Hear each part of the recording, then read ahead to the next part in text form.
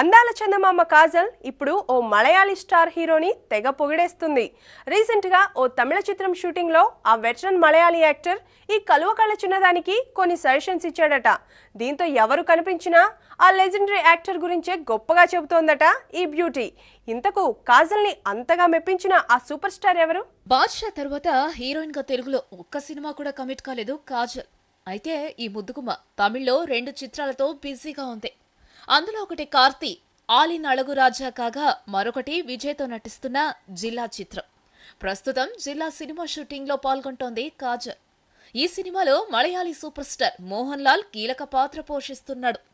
ఈ చిత్రం షూటింగ్ టైంలో అందాల చందమామ కాజల్ కి కొన్ని సలహాలిచ్చాడట మోహన్ లాల్. ఇటీవలే మొదలైన జిల్లా సినిమా షూటింగ్ టైంలో కాజల్ కాస్త నెర్వస్ ఫీల్ అయిందట. హీరో విజయ్ కీలక పాత్ర పోషిస్తున్న మోహన్ లాల్ తో ఒక సన్నివేశం చిత్రీకరిస్తుండగా కాజల్ ఎక్కువ రీటేక్లు తీసుకుందట. ఎన్నో సినిమాలు చేసినా ఈ ముద్దుగుమ్మకు ఆ టైంలో ఎంత ప్రయత్నించినా షాట్ ఓకే కాలేదట.